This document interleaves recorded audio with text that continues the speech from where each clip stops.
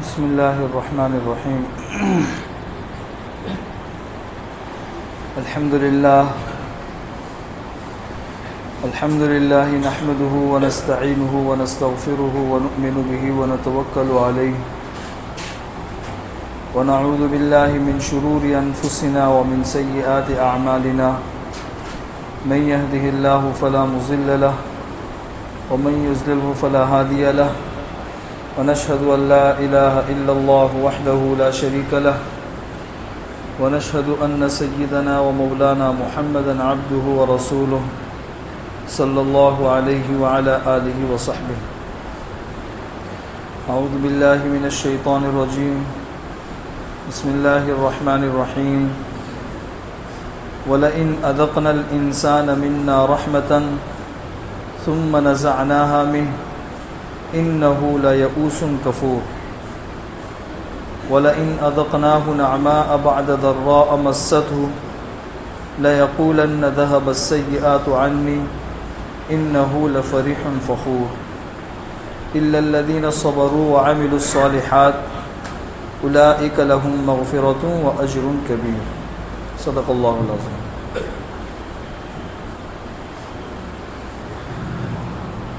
دیکھو بھائیو، دوستو اور بزرگوں، ہم دنیا میں ایک چیز دیکھتے ہیں کہ بیٹا جس باپ کا ہوتا ہے اس باپ کے کچھ نہ کچھ اوصاف اس بیٹے کے اندر آتے ہیں. مثلا کسی انسان کے بہت سارے بیٹے ہیں تو ہر بیٹے میں اس باپ کے کچھ نہ کچھ اوصاف آتے ہیں. لوگ کہتے ہیں نا کہ بھئی ہمارے باپ کے اندر یہ صفت تھی، یہ صفت اس بچے میں آئی ہے، یہ صفت تھی، یہ صفت اس بچے میں آئی ہے.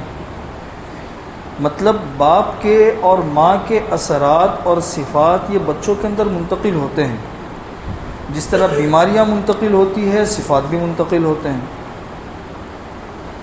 اسی طریقے سے اللہ تبارک و تعالیٰ نے ہمیں پیدا کیا ہے.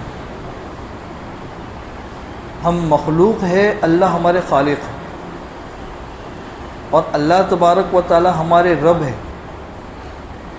اللہ تبارک و تعالی ہمارے رب ہے. تو اللہ تبارک و تعالی نے جب ہمیں پیدا کیا ہے اور ساری مخلوقات میں سب سے زیادہ اشرف اور بڑے مرتبے والا اللہ نے انسان کو ہی بنایا ہے، اور ساری مخلوقات میں خصوصیت کے ساتھ اللہ نے اپنا خلیفہ کا مطلب نائب، وہ انسان کو بنایا ہے، دوسری مخلوقات کو نہیں بنایا. تو ظاہر سی بات ہے کہ اللہ تبارک و تعالیٰ کی جتنے صفات ہیں ان صفات میں سے کچھ اللہ کے بندوں کے اندر بھی آنے چاہیے، اور ہے بھی. چنانچہ ایک روایت میں ہے تخلقوا باخلاق اللہ، اللہ کے اخلاق اور صفات کو دیکھو اور وہ اخلاق اور صفات اپنی زندگی میں پیدا کرنے کی کوشش کرو. اللہ کے سارے صفات نہیں، کچھ صفات. اس لیے میں نے کچھ کا لفظ کہا، اس لیے کہ اللہ کے بعض صفات ایسے ہیں جو صرف اللہ ہی کے ساتھ خاص ہیں. جیسے الوہیت ہے، اللہ معبود ہے تو کوئی انسان معبود نہیں ہو سکتا. معبود ہونے کی صفت صرف اللہ کے ساتھ خاص ہے. اسی طرح اللہ تبارک و تعالیٰ کے اندر بڑائی ہے، کبر، تو بڑائی یہ صرف اللہ ہی کو سزاوار ہے. کسی انسان کے لیے بڑائی اختیار کرنا جائز نہیں ہے. اس لیے میں نے کچھ کا لفظ استعمال کیا تاکہ کسی کو اشکال نہ ہو. تو اللہ تبارک و تعالیٰ کی جتنے صفات ہیں ان صفات میں سے کچھ اللہ کے بندوں کے اندر بھی آنے چاہیے، اور بندوں کے اندر اللہ کے کچھ صفات ہوتے بھی ہیں. جس طرح اللہ تبارک و تعالیٰ کے اندر صفت ستاری کی. ستاری کا مطلب ہے کہ اللہ تبارک و تعالیٰ جو ہے وہ اپنے بندوں کے عیوب پر پردہ ڈالتے ہیں. تو بندوں کے اندر بھی یہ صفت ہونی چاہیے کہ اگر ہمارے سامنے کسی کی کوئی برائی آ جائے تو اسے اچھالنے کے بجائے پردہ ڈالنے کی عادت ہونی چاہیے. اللہ کی صفت ہے رزاق کی، اللہ روزی دینے والے ہیں. تو ہمارے اندر بھی یہ صفت ہونی چاہیے کہ ہم بھی اللہ تبارک و تعالیٰ کے نائب بن کر اس کے بندوں کے لیے روزی پہنچانے کا سبب اور ذریعہ بنے۔ آ رہی بات سمجھ میں؟ اسی طرح اللہ تبارک و تعالیٰ کی صفت ہے عفو، اللہ بہت معاف کرنے والے ہیں، درگزر کرنے والے ہیں۔ تو بندوں کے اندر بھی یہ صفت ہونی چاہیے کہ اگر ہمارے ساتھ کوئی سختی کرے تو ہم اس کے ساتھ نرمی کرنے والے بنیں، اگر ہمارے ساتھ کوئی برا کرے تو ہم تحمل کرنے والے بنیں۔ آج ہمارے مزاج میں جذباتیت اور جذباتی پنا بہت ہے، تھوڑی سی دیر میں انسان فوراً جذبات میں آ جاتا ہے، یہ کیوں ہوا، وہ کیوں ہوا، اس نے ایسا کیوں کیا۔ تو ہمارے مزاج کے اندر بھی اللہ کی یہ صفت کیا ہونی چاہیے بھائی؟ آنی چاہیے۔ ایسے بہت سارے صفات ہیں، تو اللہ کے جو صفات بندوں کے اندر آنی چاہیے اور جو مطلوب ہے انہی کے اندر سے ایک صفت ہے اللہ تبارک و تعالیٰ کی شکور ہونے کی۔ کون سی صفت ہے بھائی؟ شکور ہونے کی۔ شکور کا کیا مطلب ہے؟ شکور کا مطلب ہے قدردان، شکر گزاری کرنے والا۔ ہم لوگوں کے اندر اس کی بہت کمی ہے۔ آج ایک انسان ہمارے ساتھ میں بہت سارے احسانات کرتا ہے، چاہے کسی بھی اعتبار سے کرتا ہو۔ احسان کا تعلق صرف پیسے سے نہیں ہے، احسان کا تعلق بہت ساری چیزوں سے ہے، بہت ساری چیزوں سے۔ حضرت علی رضی اللہ تعالیٰ عنہ تو فرماتے ہیں کہ کسی نے مجھے علم کا ایک مسئلہ بھی سمجھا دیا، اتنا احسان کر لیا، میں اس کا غلام ہوں، چاہے تو وہ اپنے پاس رکھ لے، چاہے تو مجھے بیچ دے۔ مطلب یہ شکر گزاری اور قدردانی اور احسان شناسی کا کتنا اعلیٰ درجہ ہے۔ سوچ سکتے ہیں کہ کسی نے صرف ایک مسئلہ بتا دیا، میں اس کا غلام ہوں۔ تو یہ احسان شناسی، شکر گزاری، قدردانی، یہ بہت ہی کم لوگوں کے اندر ہوتی ہے، بہت ہی کم لوگوں میں۔ تو یہ اللہ تبارک و تعالیٰ کی صفت ہے جو بندوں میں ہونی چاہیے۔ اللہ تبارک و تعالیٰ کیسے قدردان ہے؟ میں آپ کو صرف اشارے کروں گا، آپ لوگ بات سمجھ جاؤ گے، اس لیے کہ یہ باتیں قرآن حدیث میں ہیں اور بہت سی مرتبہ بیانات کے اندر آپ لوگ سن چکے ہوں گے۔ اللہ تبارک و تعالیٰ کی شکر گزاری اور قدردانی کے بہت سے مظاہر، ان میں سے ایک مظہر اللہ تبارک و تعالیٰ نے سورہ الم نشرح کے اندر بیان کیا ہے، ان مع العسر یسرا، ان مع العسر یسرا، کہ ہر مشقت کے ساتھ آسانی ہوتی ہے، اور ہر مشقت کے ساتھ آسانی ہوتی ہے۔ یہ دو مرتبہ اللہ نے ارشاد فرمایا، ہر عسر کے ساتھ یسر۔ عسر کا مطلب سختی اور یسر کا مطلب سہولت اور آسانی۔ تو عربیت کا قاعدہ ہے کہ لفظ جب معرفہ ہو، الف لام جہاں پر آتا ہے نا، العسر الف لام، اس کو معرفہ کہتے ہیں۔ معرفہ جب دوبارہ آتا ہے تو وہ تکرار مراد نہیں ہوتی اس سے، وہ پہلے والا ہی معرفہ مراد ہوتا ہے۔ اور یسر نکرہ ہے، نکرہ مطلب الف لام کے بغیر، وہ جب دوبارہ آتا ہے تو وہاں تکرار مراد ہوتی ہے۔ مطلب یہ ہے کہ ان دونوں آیتوں میں مشقت ایک ہی ہے لیکن آسانیاں دو ہیں۔ یہ سمجھانے کے لیے آپ لوگوں کو کہہ رہا ہوں، مشقت ایک ہے، آسانیاں دو ہیں۔ تو اللہ تبارک و تعالیٰ نے یہ دستور بنا کے رکھا ہے کہ اگر کسی انسان کے اوپر ایک مشقت ڈالتے ہیں تو اصول تو کیا کہتا ہے کہ بھئی اس کے بعد ایک مشقت ہے تو ایک آسانی، لیکن مشقت ایک ہوتی ہے، آسانیاں دو ہوتی ہیں۔ انسان ایک مشقت برداشت کرتا ہے، اللہ تبارک و تعالیٰ دو طرح کی آسانیاں اسے دیتے ہیں۔ اسی لیے ایک عربی کا شاعر کہتا ہے کہ جب تم پریشانیوں کے اندر مبتلا ہو تو سورہ الم نشرح کی ان دو آیتوں میں غور کر لو، ففکر فی الم نشرح اذا فکرتہ فافرح، اور جب تم نے غور کر لیا تو خوش ہو جاؤ۔ بھئی آج ایک پریشانی آئی ہے تو یقین رکھو کہ اس کے ساتھ میں دو آسانیاں ضرور آنے والی ہیں۔ یہ اللہ کی قدردانی اور شکر گزاری کا ایک مظہر ہے کہ اللہ مشقت ایک دیتے ہیں، آسانیاں دو دیتے ہیں۔ اسی طریقے سے دوسرا ایک مظہر بتا دوں، آپ نے دنیا کے اندر دیکھا ہوگا کہ اللہ نہ کرے اگر آپ کے خلاف کسی کورٹ کے اندر کسی نے کوئی کیس کر دیا، اب کیس کوئی صحیح تو نہیں ہے کہ انسان نے صحیح ہی کیا ہو، جھوٹے کیس بھی ہوتے ہیں، اور آج کل تو اس کی بھرمار ہے، بس معمولی سی چیز ہوئی چلو بھائی کیس، معمولی سی کچھ ہوا چلو بھائی وہاں پہ۔ مسلمان ہے ان کو اپنے معاملات کا تصفیہ اسلامی اور شریعت کی روشنی کے اندر کرنا چاہیے، لیکن وہ جاتے غیروں کے پاس ہے، غیروں کے پاس جانا بھی حرام ہے۔ بہرحال یہ مستقل الگ مسائل ہے، اس کو مت چھیڑیے یہاں پہ۔ تو اس نے کر دیا کیس، اب کورٹ کے اندر آپ کے خلاف معاملہ ہوا، سنوائی ہوئی، سنوائی کے اندر ساری جب تحقیقات کی گئی تو پتہ چلا کہ بھائی جو کیس کیا گیا تھا وہ غلط تھا، صحیح نہیں تھا۔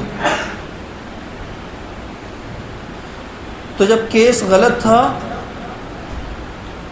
تو آپ کے خلاف جو مقدمہ درج کیا گیا تھا وہ مقدمہ جو ہے وہ خارج کر دیا جاتا ہے،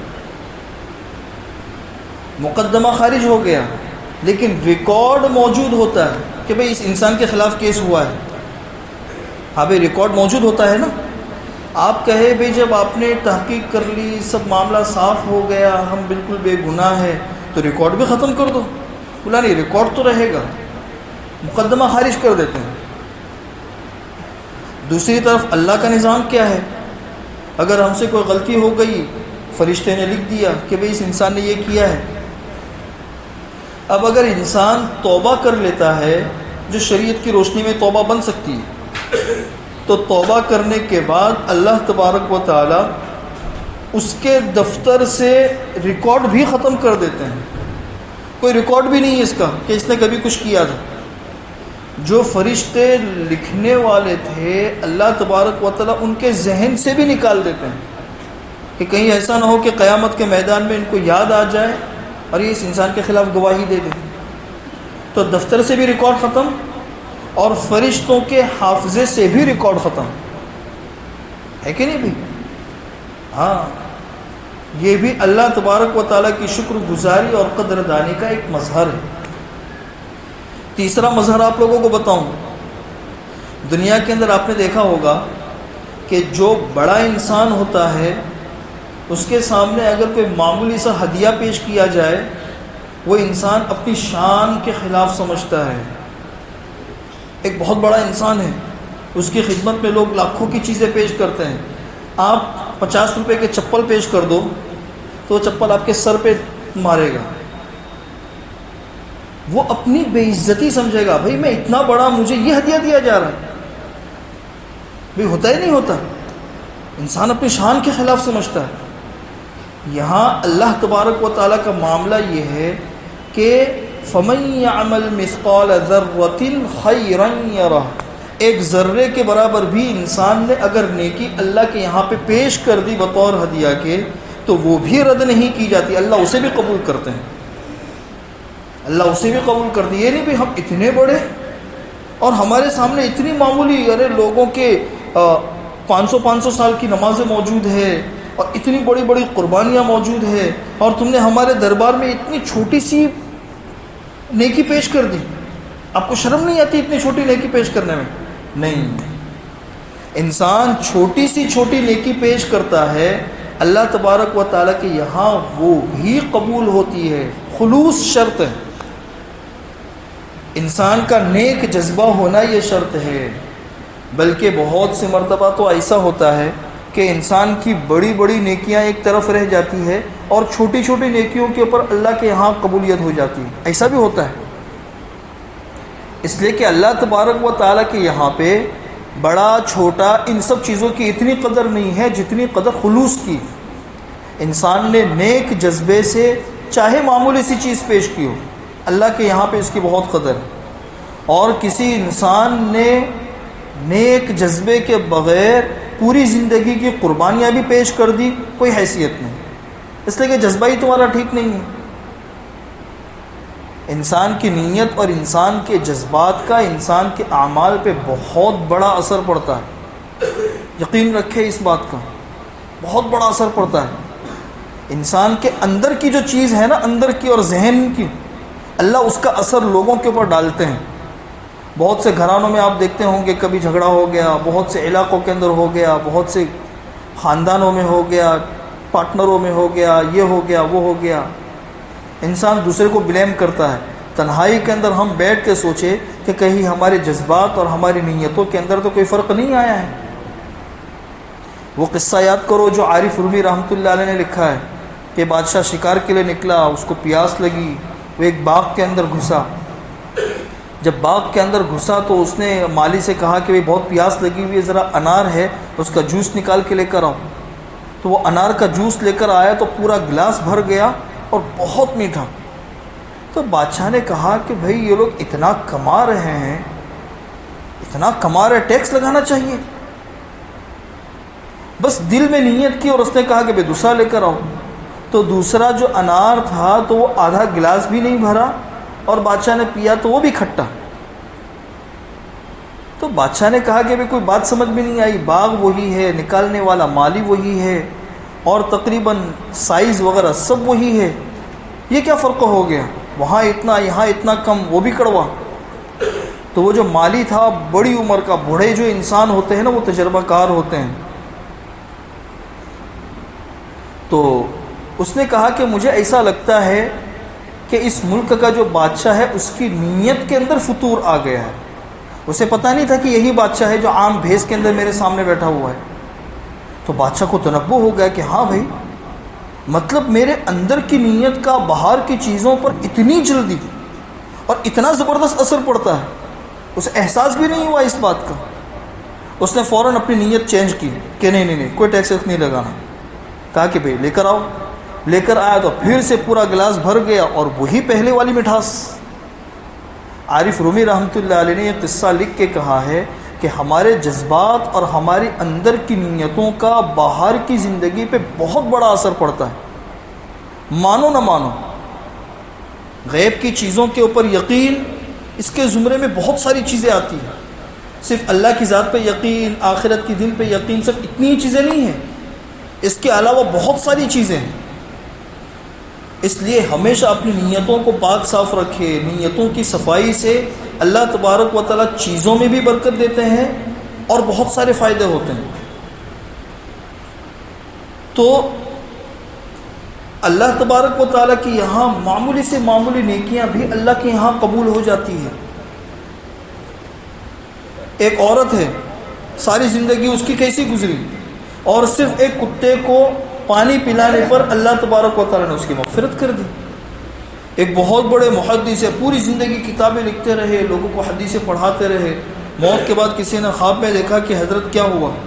بولا ساری چیزیں ایک طرف رہ گئی، ایک معمولی سی نیکی پہ بخشش ہو گئی کہ کسی انسان نے چیخنے پر الحمدللہ کہا تھا اور میں یرحمک اللہ کہنے کے لیے ایک کشتی کرائے پر لی، سمندر کے اندر پہنچا، اس کو یرحمک اللہ کہہ کر واپس آیا۔ سنت کی اس اتباع پر اللہ کو اتنی خوشی ہوئی کہ اسی پر مغفرت ہو گئی۔ وہ فارسی کا ایک شعر آپ لوگوں نے سنا ہوگا، رحمت حق بہانہ می جویت، سنا ہوگا نا آپ نے؟ رحمت حق، اللہ کی رحمت، بہانہ می جویت، می جویت کا مطلب تلاش کرتی ہے، اللہ کی رحمت بہانے تلاش کرتی ہے۔ اسی کو حضرت اقدس مولانا اشرف علی تھانوی رحمۃ اللہ علیہ نے کہا ہے کہ میں تھوڑا سا اس میں اور اضافہ کرتا ہوں کہ رحمت حق بہا نمی جویت، بہا کا مطلب قیمتی چیز اور نمی جویت مطلب تلاش نہیں کرتی۔ اللہ کی رحمت بہانے تلاش کرتی ہے، اللہ کی رحمت بہت قیمتی چیزیں تلاش نہیں کرتی۔ تو اللہ کے یہاں قبولیت کے لیے بس خلوص شرط ہے، اور معمولی سی چیز بھی اللہ کے یہاں پہ قبول ہو جاتی ہے۔ چوتھا مظہر اللہ تبارک و تعالیٰ کی شکر گزاری اور قدر دانی کا کہ جو انسان اللہ تبارک و تعالیٰ کو دل سے یاد کرتا ہے۔ دنیا کے اندر تو کیا ہے کہ انسان سامنے والے کو تڑپاتا ہے، کیا کرتا ہے بھائی؟ تڑپاتا ہے۔ کبھی کوئی بڑا انسان ہو، اس سے اگر آپ کو کوئی کام نکلوانا ہو، چلو بھائی فلاں وقت میں آنا، اس وقت میں پہنچے، چلو بھائی ابھی وقت نہیں ہے، صاحب باہر ہے، بعد میں آ جانا۔ جانے کے بعد بھی نہ جانے کتنے سارے پیسے دینے پڑے، تب جا کے انسان کا کام بنتا ہے۔ اسی طرح ہم عام ماحول کے اندر بھی دیکھیں کہ ایک انسان جب دیکھ لیتا ہے کہ ہاں بھائی سامنے والے کو مجھ سے غرض ہے تو اس کا ٹون ہی بدل جاتا ہے، اس کے انداز بدل جاتے ہیں۔ بھائی سامنے والا محتاج ہے، مجبور ہے، سامنے والے کی مجبوریوں سے فائدہ اٹھانا اور اس کی مجبوریوں سے فائدہ اٹھا کر پھر لیٹ گو کرنا، آگے پیچھے کرنا، یہ انسانوں کا ایک مزاج ہے۔ اللہ تبارک و تعالیٰ کے یہاں پہ یہ نہیں ہے۔ اللہ کے یہاں پہ تو کیا ہے؟ اللہ کے یہاں پر یہ ہے کہ اے میرے بندے، تو میری طرف چل کر آئے گا، میں تیری طرف دوڑ کر آؤں گا۔ حدیث قدسی، تو میری طرف ایک بالشت آئے گا، میں تیری طرف ایک ہاتھ بڑھ کر آؤں گا۔ مطلب یہ نہیں کہ تو ایک ہاتھ بڑھ کر آئے گا تو پھر میں تجھے 50-60 سال تک تو ایک ہاتھ چلنا پڑے گا تب جا کے میں ایک بالشت آؤں گا۔ حالانکہ اللہ کتنی بڑی ہستی، تو مجھے اپنے دل میں یاد کرے گا، میں فرشتوں کی مجلس میں تجھے یاد کروں گا، مطلب ہر معاملے میں آگے ہے۔ ان اتیتنی بقراب الارض خطایا غفرت لک ولا ابالی، اگر تو آسمان زمین کے درمیان کے حصے کو بھر کر بھی گناہ لے کر آئے گا لیکن ندامت کا آنسو ہوگا، میں تیرے سارے گناہوں کو معاف کر دوں گا۔ کتنے بڑے گناہ! آج ہم دنیا میں ایک معمولی سی بھی کوئی غلطی ہو جائے، مزاج کے خلاف کسی سے ہو جائے، انسان زندگی بھر کے لیے باتیں بند کر دیتا ہے، چلو بھئی ہمارا تمہارا رشتہ ختم ہے۔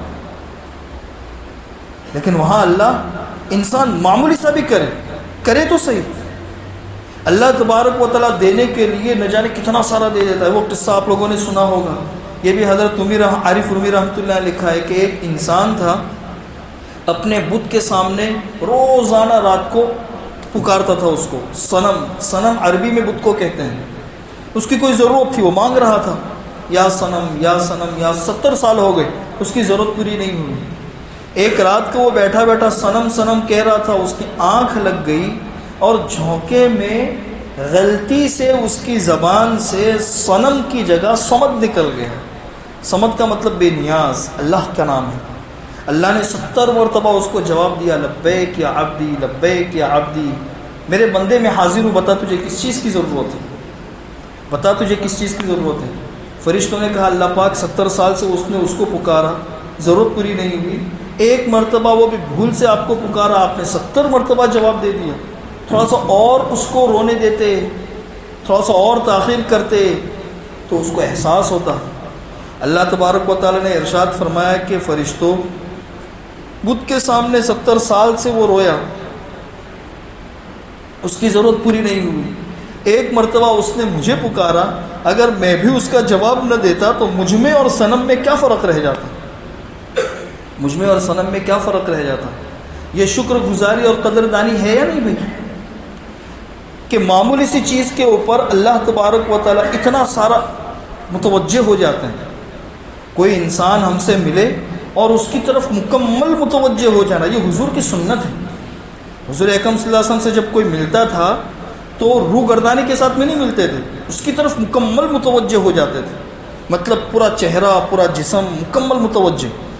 تو سامنے والے کو توجہ دینا یہ بھی حضور کی سنت ہے اور اللہ تبارک و تعالیٰ کے صفات میں سے ایک صفت ہے۔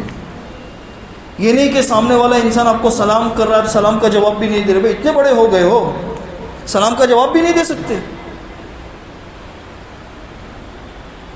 4 مظہر ہو گئے، 5واں مظہر آپ کو بتاؤں، حضور اکرم 5واں مظہر یہ ہے کہ اللہ تبارک و تعالیٰ کے سامنے جب کوئی انسان اپنے کسی عمل کو پیش کرتا ہے، اللہ تبارک و تعالیٰ اس کا بھرپور بدلہ دیتے ہیں، بلکہ جتنی محنت کی ہے اس سے بھی زیادہ اللہ تبارک و تعالیٰ اس کو بدلہ دیتے ہیں۔ دنیا کے اندر تو یہ ہوتا ہے کہ دنیا کے لوگ کام زیادہ لیتے ہیں، تنخواہ کم دیتے ہیں۔ اللہ تبارک و تعالیٰ کے یہاں پہ کام کم ہوتا ہے اور محنت اس کی زیادہ ہوتی ہے۔ حضرت یوسف علیہ السلام کے زمانے میں وہ نوجوان آیا تھا، جب قحط سالی تھی، آپ نے یہ قصہ بھی سنا ہوگا، قحط سالی تھی، ایک نوجوان آیا، اس نے آ کر کہا کہ حضرت مجھے اناج دے دو، حضرت یوسف علیہ السلام نے اناج دے دیا۔